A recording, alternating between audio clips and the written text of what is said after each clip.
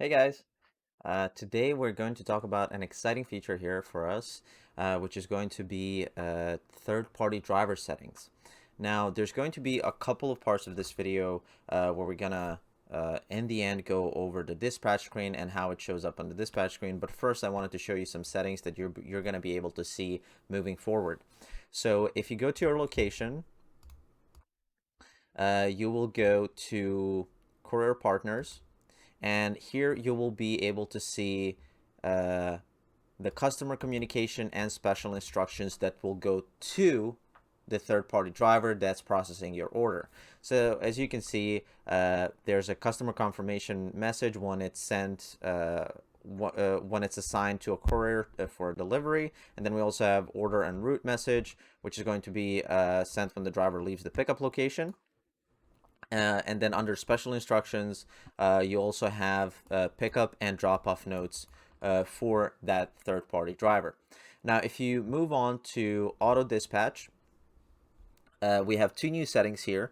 You will see third-party driver usage, and you will see third-party average delivery time threshold.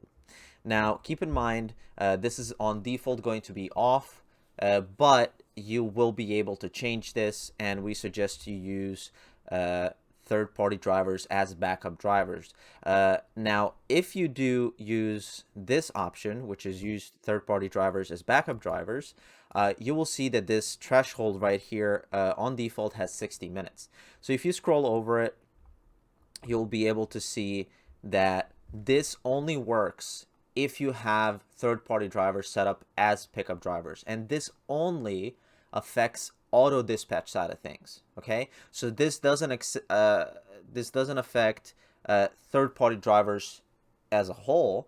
This only takes in consideration when auto dispatch is trying to send a courier driver for your order, right?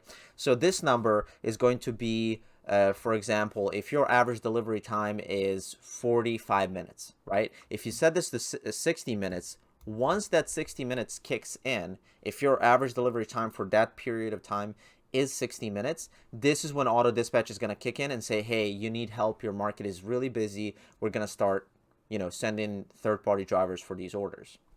But as I said before, this number only works if you have this third-party driver usage setting set to use third-party drivers as backup drivers. Yeah, so now that we have an order on the dispatch screen, I'm going to show you how the status changes of an order can affect your third-party drivers and how the status can change. So as you can see here under the driver short tab, you have the latest updates from auto dispatch and our order status.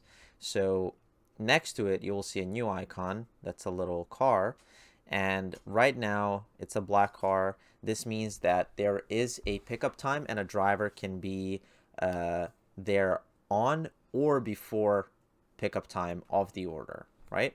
Now, if this order is a new status or confirmed status without a pickup time, this car will be gray, or that also can mean that your order is ineligible for third-party drivers. This can be, for example, a cash order, maybe a pay on pickup order, which our courier drivers cannot process. So those orders will have to be processed by your drivers, and you can use these for these courier orders for orders that have already been paid.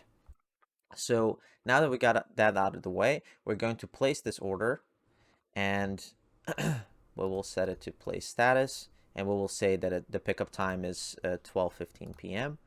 We will mark it, and now you will be able to get a courier driver on this order.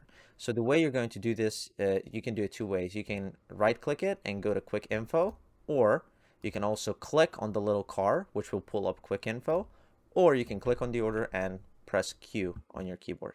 So now that you're here, you will get your usual click information about the order, but now you will have this tab that says Courier Partners, and you have a quote mode. Now, when you select a quote mode, you have two options. You have a scheduled driver or ASAP driver. Now, scheduled driver is going to be for an order that you have a pickup time for, and for which a driver can make it there on time or before the pickup time, right? So if this is an order that's in the future, you can set it on a scheduled driver, but if you need a driver as soon as possible, obviously you're gonna choose the second option. So in this case, we can select the scheduled driver, and that's how you're going to get a quote. So now the system will pull up a quote and it will tell you, hey, you can deliver through this service. The pickup time is between 26 to 36 minutes, and the drop off is going to be between 45 and 55 minutes for $7. And that way you're going to know exactly if you want to utilize this or not. Now, if you check the first part of the video, I talked about briefly about our auto dispatch settings and how the third-party driver usage and third-party ADT, which is average delivery time threshold, can affect how auto dispatch is going to handle any possible third-party order deliveries. So yes, if you have any questions about this new feature whatsoever, please let us know on Slack. And if you need more information about this feature, please click the link down below and you will be directed to a blog post that's going to have everything you need. Thank you so much for watching, and we'll see you in the next one.